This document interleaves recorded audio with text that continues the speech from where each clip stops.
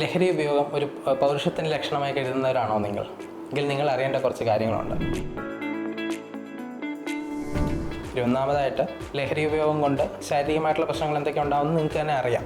അതിൽ തന്നെ പലപ്പോഴും ഒരു പൗരുഷത്തിൻ്റെ ലക്ഷണമായി നിങ്ങൾ തെറ്റിദ്ധരിക്കുമെങ്കിലും പലപ്പോഴും പൗരുഷം ചോർന്നു പോവുകയാണ് ചെയ്യുക. കാരണം ഇപ്പം മദ്യം ഒക്കെ അമിതമായിട്ട് ഉപയോഗിക്കുന്ന വ്യക്തികളാണെങ്കിൽ അവർക്ക് മീശയും താടിയും മറ്റു രോമങ്ങളും കൊഴിഞ്ഞു പോകുന്നു, വൃഷണം ചുരുങ്ങിപ്പോകുന്നു, ലൈംഗിക ശേഷി നഷ്ടപ്പെടുന്നു, അത്തരത്തിലുള്ള പ്രശ്നങ്ങളുണ്ടാവാം.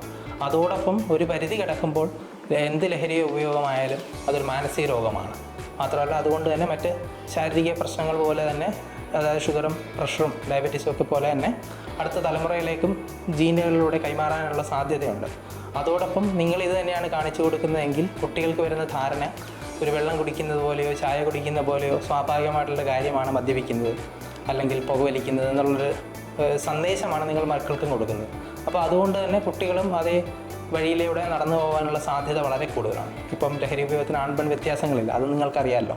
അപ്പോൾ അതുകൊണ്ട് തന്നെ നിങ്ങളത് ഉപയോഗിക്കുമ്പോഴത്തേക്കും നിങ്ങൾ ഈ അപകടകരമായിട്ടുള്ളൊരു സ്വഭാവം അടുത്ത തലമുറയിലേക്കും കൂടെ കൈമാറുകയാണ് ചെയ്യുന്നത്.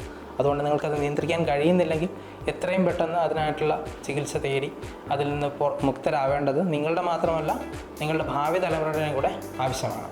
ലഹരി ഉപയോഗം കൊണ്ട് മാനസികാരോഗ്യ പ്രശ്നങ്ങളും നമുക്ക് എന്ത് വേണമെങ്കിലും ഉണ്ടാവാം. കാരണം മദ്യത്തിൻ്റെ ഉപയോഗം കാരണം ബൈപ്പോളാർ രോഗം, അതായത് ഉന്മാദ വിഷാദ രോഗം ഉണ്ടാവാം, വിഷാദ രോഗം ഉണ്ടാവാം, ഉത്കണ്ഠ രോഗങ്ങളുണ്ടാവാം.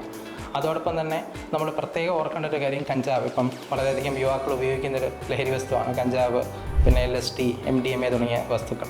പ്രത്യേകിച്ച് കഞ്ചാവിൻ്റെ ഒരു തവണത്തെ ഉപയോഗം കൊണ്ട് പോലും ഈ സ്കിസോഫ്രീനിയ എന്ന് പറയുന്ന ചിത്തഭ്രമം എന്ന് പറയുന്ന വളരെ ഗുരുതരമായിട്ടുള്ള മാനസികാരോഗ്യ പ്രശ്നം ഉണ്ടാവാമെന്നുള്ള പഠനങ്ങൾ നിലവിലുണ്ട്. നിങ്ങൾക്ക് തന്നെ ഗൂഗിളിൽ നോക്കി അറിയാൻ പറ്റും ഞാൻ ഈ പറയുന്നത് ശരിയാണോ അല്ല എന്നുള്ളത്.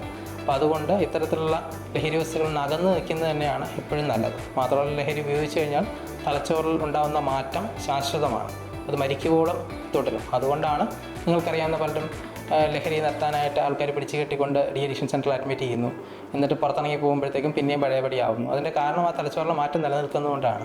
കൃത്യമായിട്ടുള്ള കൗൺസിലിംഗ് നമുക്ക് കൊടുത്താൽ മാത്രമേ അതിൽ നിന്ന് അവരെ തിരിച്ചു കൊണ്ടുവരാൻ സാധിക്കുകയുള്ളൂ.